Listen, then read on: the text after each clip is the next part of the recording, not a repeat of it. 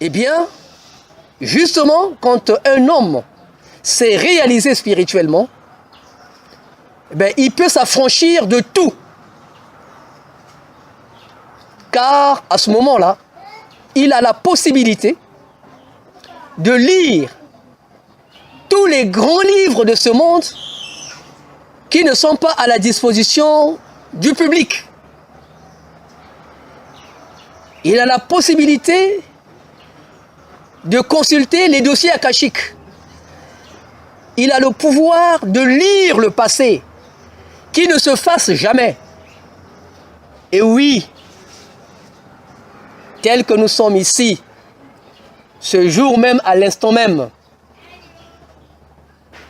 nous inscrivons quelque chose, cette cérémonie, dans les annales de l'histoire de cet endroit.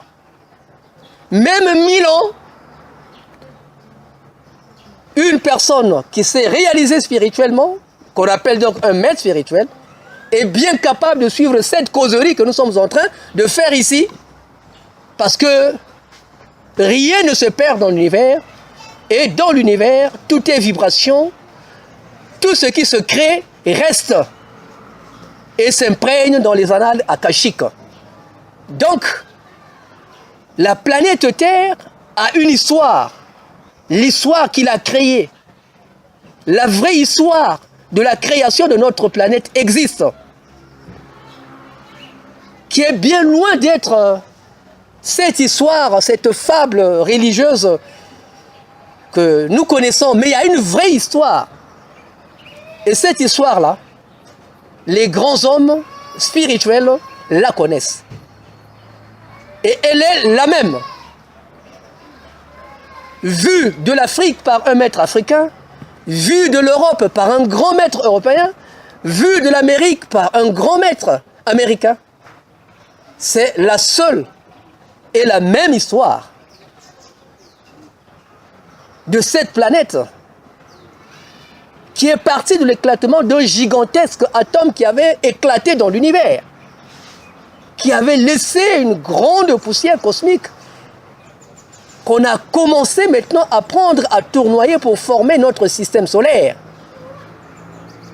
Et oui, le soleil que nous voyons a le même âge que les planètes. La Terre a le même âge que notre soleil. Ils ont été créés ensemble. Et quand vous regardez la création de notre système solaire, et après vous voyez comment notre système solaire a été peuplé, quelles sont les premières planètes qui ont été peuplées, et comment ce peuplement s'est effectué. Et tout cela est à la disposition de tout le monde. Mais cependant, si vous n'avez pas été à l'école, vous ne serez pas en mesure de lire un livre. Pour lire un livre, il faut avoir été à l'école. C'est à l'école où on vous apprendra à lire. Justement, pour lire les annales akashiques, il faut avoir été dans une école initiatique, atteint un niveau donné où vous avez maintenant les perceptions sensorielles ouvertes qui peuvent vous permettre maintenant de vous affranchir de la vérité. Mais cependant, quand vous arrivez à ce niveau-là, d'être en face de la vérité, vous êtes soumis maintenant par une loi, celle de vous taire. Celle de vous taire. Donc, longtemps, les grands maîtres du monde ont connu la véritable histoire de ce monde. Mais ils n'étaient pas autorisés de la révéler jusqu'à ce qu'il a fallu attendre l'époque de la vérité, l'âge du Verseau, l'époque du baptême de feu, pour divulguer maintenant la véritable histoire de la création de cette planète.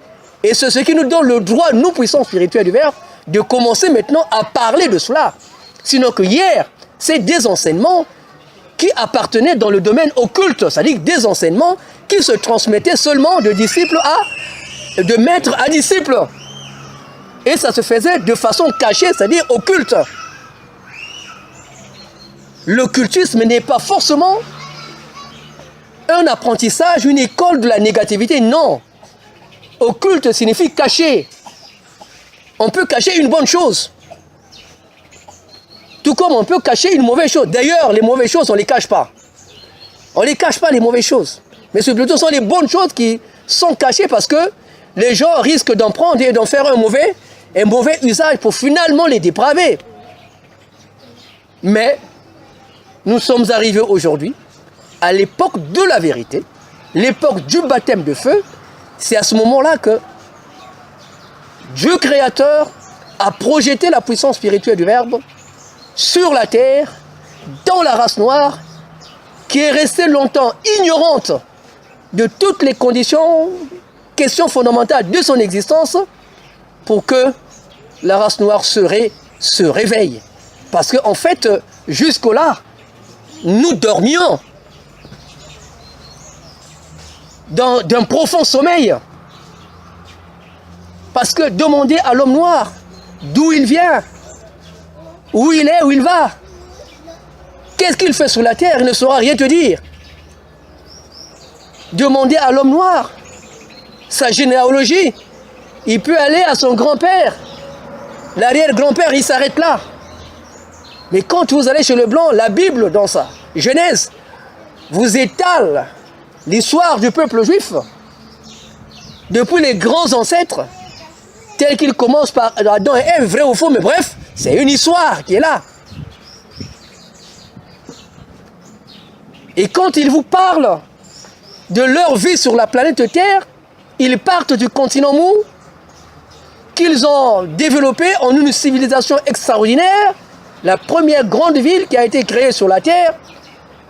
Et lorsqu'ils vous parlent de l'Atlantide, qui a été construite par les rescapés du mou, et puis finalement de l'Égypte antique, vous voyez bien une chronologie d'un peuple qui se définit, qui s'identifie. Ce qui n'est pas le cas avec notre peuple. Donc si les gens peuvent penser que parler de son peuple, c'est cela être raciste, en tout cas, ce n'est pas la conception divine des choses. Toute personne doit se prendre en compte avant tout elle-même. Et donc la race noire, c'est elle-même d'abord qu'il doit prendre à bras le corps ce qu'elle considère comme étant ses problèmes. Nous n'avons pas une identité personnelle, nous avons une identité qui nous est propre. L'identité dans laquelle nous nous inscrivons, c'est une identité étrangère. Dans la mesure où on nous colle à des ancêtres qui ne sont pas les nôtres. Adam et Ève qui sont des blancs. Il n'y a que eux. De là, nous sommes descendus et puis finalement va sortir un certain Noé qui aura maintenant un enfant noir. Avec quel miracle, on ne sait jamais. Qui était un blanc. Donc bref, c'est le cafouillage. Et puis bon, nous devenons un peuple esclavage. Oui, les Noirs, nous sommes des esclaves. Et donc, voilà que le programme de la puissance spirituelle du Verbe vient justement pour que la race noire soit indépendante. Qu'elle puisse avoir sa propre identité. Qu'elle puisse se définir comme un peuple de Dieu à part entière. Comme on peut parler du peuple juif. Comme on peut parler par exemple des Arabes, on peut parler par exemple des Asiatiques. Et oui, justement, l'évolution sur la Terre se fait par peuple et non par continent. Les continents, ce sont des échafaudages humains. On peut encore tout bouleverser. Et puis bon, voilà, on a une autre configuration géographique de notre planète. Mais la race, c'est une identité divine. Quand on est noir, on n'a pas choisi. Ce n'est pas une création humaine. Vous naissez, vous êtes noir depuis le code génétique de votre papa et de votre maman. Votre papa et votre maman l'ont hérité également de leur père, mais qui étaient aussi des noirs. Jamais des blancs ne descendront des noirs. Et jamais des blancs ne sont descendus des noirs. Impossible. Cela ne s'est jamais fait et ne se fera jamais. Ceux qui sont des blancs ont toujours été des blancs et Dieu les a créés ainsi. Nous qui sommes des Noirs, nous avons toujours été des Noirs, nos ancêtres ont toujours été des Noirs et ils resteront ainsi. Nos enfants que nous le sommes, lorsqu'ils vont s'accoupler entre eux dans notre race, il ne donnera jamais des Blancs. Des millénaires et des millénaires en arrière, ça ne changera jamais. L'arachide restera l'arachide et le maïs restera le maïs. La graine de l'arachide, lorsque vous la plantez, elle ne vous donnera qu'une graine d'arachide. Jamais le maïs ne va donner l'arachide et vice-versa. Ce désordre-là n'existe pas dans l'ordre cosmique des choses. Et puis d'ailleurs, Dieu, quand on parle de Dieu, c'est avant tout l'ordre. C'est une manifestation de l'ordre lorsque vous regardez la nature telle qu'elle est. En fait, c'est nous qui arrivons, qui mettons le désordre. Mais lorsque vous regardez la nature, vous voyez bien que la nature est ordonnée. Tout ce que Dieu a créé est ordonné. Quand vous voyez par exemple un arbre tel qu'il est là, ben, l'arbre a des branches. Et c'est sur les branches que finalement vous retrouvez les feuilles. Jamais vous ne trouverez les feuilles dans les troncs. Ou bien sur les troncs, non. C'est ordonné à partir des chromosomes qui sont bien insérés dans les cellules. C'est là où tout a été codifié et ça ne changera jamais. Donc l'évolution se fait par peuple. Voilà pourquoi vous voyez même les manifestations religieuses. Chaque peuple a eu une manifestation religieuse qui lui est propre. C'est pas parce que 500 ans plus tôt, eh bien, les Asiatiques ont eu Bouddha que bon, finalement, les Européens devaient également se contenter de ça. Des siècles plus tard, les Européens ont eu aussi une autre manifestation religieuse. Et ainsi de suite. Et ça fait partie de la culture d'un peuple. Chaque peuple a sa façon de prier. Chaque peuple a sa religion. Parce que la religion n'est qu'une manifestation culturelle d'un peuple. Et tout est dedans. Mais pourquoi la religion manque dans la culture africaine? Oui, c'est vrai. Nous nous targuons de dire que nous avons déjà connu Dieu, nous les Noirs. Merci beaucoup, c'est très salutaire. Mais il ne faudrait pas que ce soit une consolation. Il faudrait qu'on arrive maintenant à se connecter avec ce passé. Nous avons connu Dieu comment? Comment avons-nous prié? Notre religion s'appelait comment? Quand on priait, on se mettait à genoux, on se mettait debout, on était dans la chambre, on était ensemble. Bon, quelles sont les prières que l'on faisait? Et à qui adressons-nous nos prières? Donc, il faut expliquer tout cela.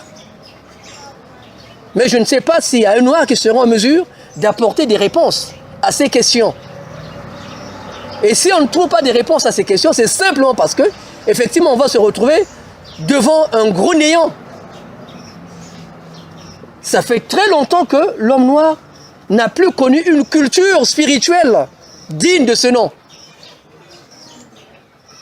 Ce que nous avons connu, nous avons développé, que nous avons dans notre culture, dont on peut vraiment se vanter, et c'est la sorcellerie. La sorcellerie, ce n'est pas une religion, mais c'est une science. C'est là, au moins, nous la maîtrisons. En tout cas, si vous cherchez des grands maîtres sorciers dans l'Afrique, vous ne mettrez pas longtemps, vous les verrez. Et nous-mêmes qui vivons dans cette race, nous savons que la sorcellerie existe, elle est là, bel et bien. Mais la religion, voilà pourquoi quand les Blancs ont fait leur programme de colonisation, quand ils sont arrivés, sur le plan spirituel, ils ont trouvé un vide total. Et alors, qu'est-ce qu'ils ont fait? Ils n'ont pas eu des difficultés pour imposer leur religion, parce qu'il y avait un vide. Vous arrivez, il n'y a pas un arbre qui est là. C'est facile d'y planter un arbre. Mais quand il y a déjà un arbre, un gros arbre qui occupe l'espace, c'est difficile de mettre encore un autre arbre sous cet arbre. C'est comme ça quand ils sont arrivés, par exemple en Asie, où ils avaient déjà des religions qui s'étaient fortement implantées, le christianisme n'a pas pu s'implanter facilement. Et quand vous voyez, mettons, le pourcentage du christianisme chez les autres, c'est peut-être à 5%, voire même 2%. Mais chez nous, c'est pratiquement à 99,9%. Mais pourquoi? Mais parce que quand ils sont venus, ils n'ont rien trouvé de consistant. Sinon que les fétichismes grossiers qu'ils ont trouvés ici, bon, les incursions dans les cimetières la nuit pour aller implorer les esprits, ça s'arrêtait là. C'est loin d'une religion. Pour qu'on parle d'une religion, il faut qu'il y ait une philosophie. Voilà pourquoi la terminaison est isme, christianisme, le bouddhisme. Donc il faut qu'il y ait une philosophie. On parle du vaudou, oui c'est bien, nous voulons bien. Mais quelle est la philosophie du vaudou? Clairement expliquée. Sur quoi se base-t-elle? Donc on peut dire par exemple que bon, le christianisme qui se base sur l'amour du prochain avec la récompense d'un paradis céleste. Bon, ok. Et il y a toute une philosophie qui se fait autour de ça. L'islam qui se base sur l'obéissance à Allah. Bon, le vaudou, ou alors, bon, je sais pas, excusez-moi, le kimbanguisme qui se veut être une religion africaine. Bon, sur quelle philosophie se base-t-elle? Et lorsque vous fouillez, c'est la Bible que vous allez trouver au centre de leur activité. Mais la Bible, nous connaissons bien que c'est le livre de base de la philosophie chrétienne. Donc le kimbanguisme ne peut en aucun cas encore se prévaloir être une religion authentiquement africaine. Donc, il est question que l'homme noir se réveille purement et simplement. Donc, on n'est pas là pour critiquer les noirs, bien au contraire, mais on est là plutôt pour réveiller les noirs. Parce que si on ne se réveille pas, ça veut dire que nous continuons à dormir. Et si on continue à dormir, ça veut dire qu'on ne peut pas évoluer parce que pour évoluer, il faut travailler. Et pour travailler, il faut être éveillé. Si vous n'êtes pas éveillé, tout ce que vous allez faire dans le sommeil, ça relève du rêve. C'est des chimères. Des rêves qui ne se réaliseront jamais. Donc, la PSV nous réveille d'abord. Réveille-toi, ouvre les yeux parce que tu dors. Oui, réveille-toi. Je vais me réveiller comment? Mais oui, mais comprends que l'homme noir ne descend pas d'Adam et Ève. Comprends que tu ne descends pas d'Allah, de ceci, de machin, tout ça. Demande à Dieu. D'où viens-tu? Parce qu'il faut d'abord chercher à se connaître. Il faut d'abord chercher à se situer pour ne pas se coller n'importe où, pour ne pas se greffer n'importe où finalement, tu ne pourras plus jamais t'épanouir parce que tu seras là comme un esclave. L'esclave ne peut jamais évoluer, mais l'esclave fait seulement la volonté de son maître. Donc voilà à peu près ce que c'est la puissance spirituelle du Verbe, son combat du réveil de l'Afrique en tant que continent et du peuple noir. Oh, laissez-la. En tant que race, ce n'est même pas un combat, mais cette mission que nous avons.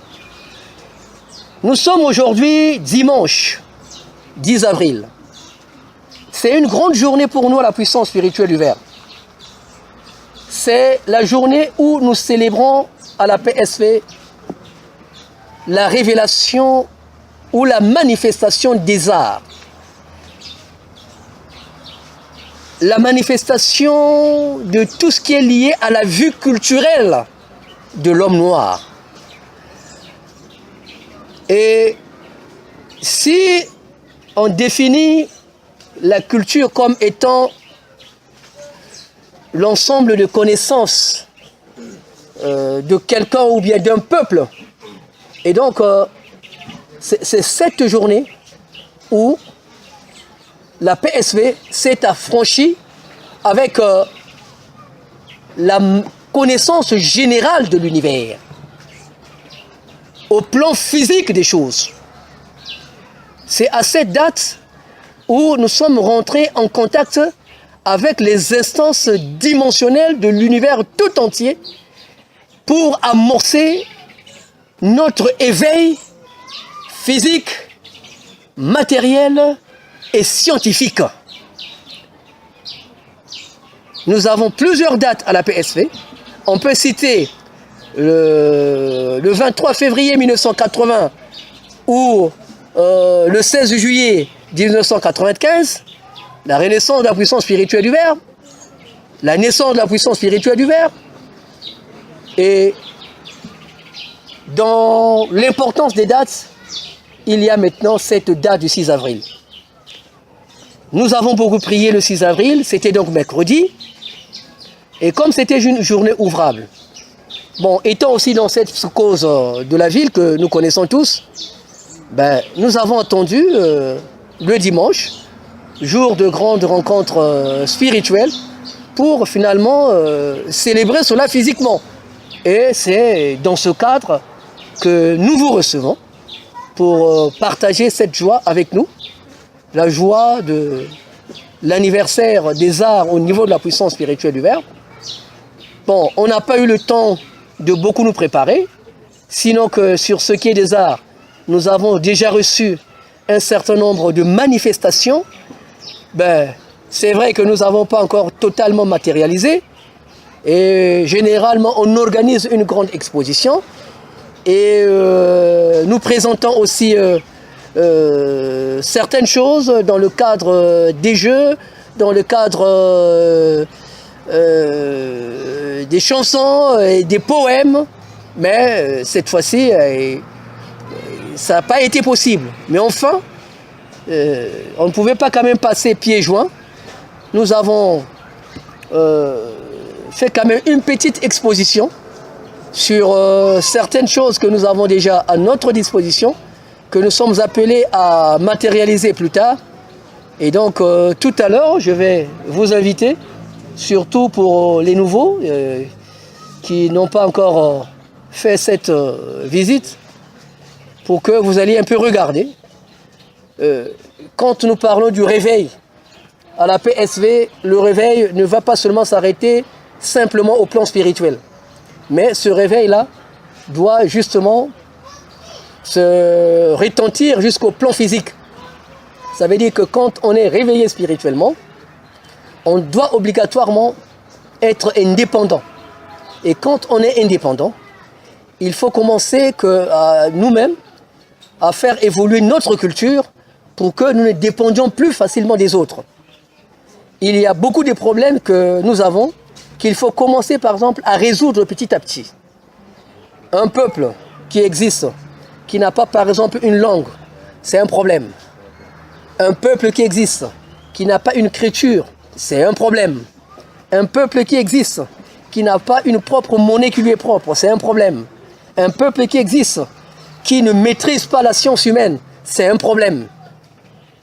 Parce que la richesse est dans la culture. Le blanc, quand il parle de richesse, ce n'est pas l'argent. L'argent n'est que le fruit de la culture. Mais avant tout, doit précéder la culture. C'est dans la culture où vous avez toute la connaissance qui vous permettra de travailler afin de pouvoir recevoir l'argent ou bien le bonheur matériel. Donc, c'est la connaissance, parce qu'il n'y a que deux choses qui président à l'évolution d'un peuple ou d'une personne. Une conscience élevée et une connaissance supérieure. Il faut être mûr en toutes choses et il faut aussi connaître. Quand tu ne connais pas, on t'appelle un ignorant. En d'autres termes, tu es un profane. Et c'est un péché au même titre qui va te condamner, au même titre que celui qui a tué un homme. Tu vas beaucoup souffrir parce que tu ne connais pas. Et parmi les grands péchés de l'homme noir ne connaît pas. Non seulement il ne connaît pas tout, mais pire encore, il ne se connaît même pas lui-même. Du fait qu'il ne se connaît pas, c'est comme ça quand on vient lui dire qu'écoute, bon, je suis ton frère. Nous avons le même père et la même mère. Mais celui qui lui dit ça, bon, il n'est pas de la même couleur que lui. J'avais expliqué ça la fois passée ici, bon ben, mais il vient, il te ment. Écoutez, bon, moi je suis un bébé de France, par exemple. Je suis un Mboshi de la Suisse. Et si toi tu es Mboshi, bon, tu es content. Ah, mon frère, mais moi je suis Mboshi et tout, voilà. Comme tu ne sais pas qu'en Suisse, là-bas, il n'y a pas de Mboshi, ben, lui, il vient et te dit que je suis un Mboshi de la Suisse. Bon, tu acceptes comme étant ton frère, et puis tu le fais rentrer dans la maison. Ben, vous dormez ensemble, vous mangez ensemble. Lorsqu'il aura appris tout ce qu'il y a de toi, il t'aura sucé, ben, il est parti pour lui. Et tu attendras un frère qui ne reviendra jamais, qui t'enverra jamais un colis ou alors un message donné. C'est le cas de certains hommes. Je n'ai pas envie de citer le nom ici, mais enfin, Jésus-Christ, machin, tout ça. Voilà. Oh, c'est notre frère et tout ça, bon, mais qui n'est jamais revenu chez nous. Donc, conscience et connaissance. La connaissance, on l'acquiert dans les écoles de sagesse, qu'on appelle les écoles initiatiques. Ce n'est pas dans les églises. Ce n'est pas dans les religions qu'on acquiert la connaissance, parce que la religion est basée sur la croyance. La croyance, elle est dogmatique. La croyance, elle est subjective. Elle ne vous permet pas de réfléchir. Elle ne vous permet pas de poser même des questions. Mais cependant, l'initiation, c'est l'école. Et à l'école, vous apprenez. Vous avez la possibilité de poser des questions lorsque vous ne comprenez pas ce qu'on vous explique.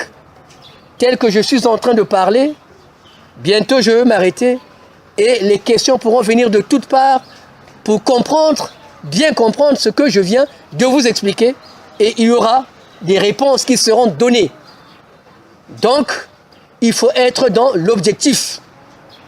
Donc, la connaissance, on l'acquiert dans les écoles de sagesse.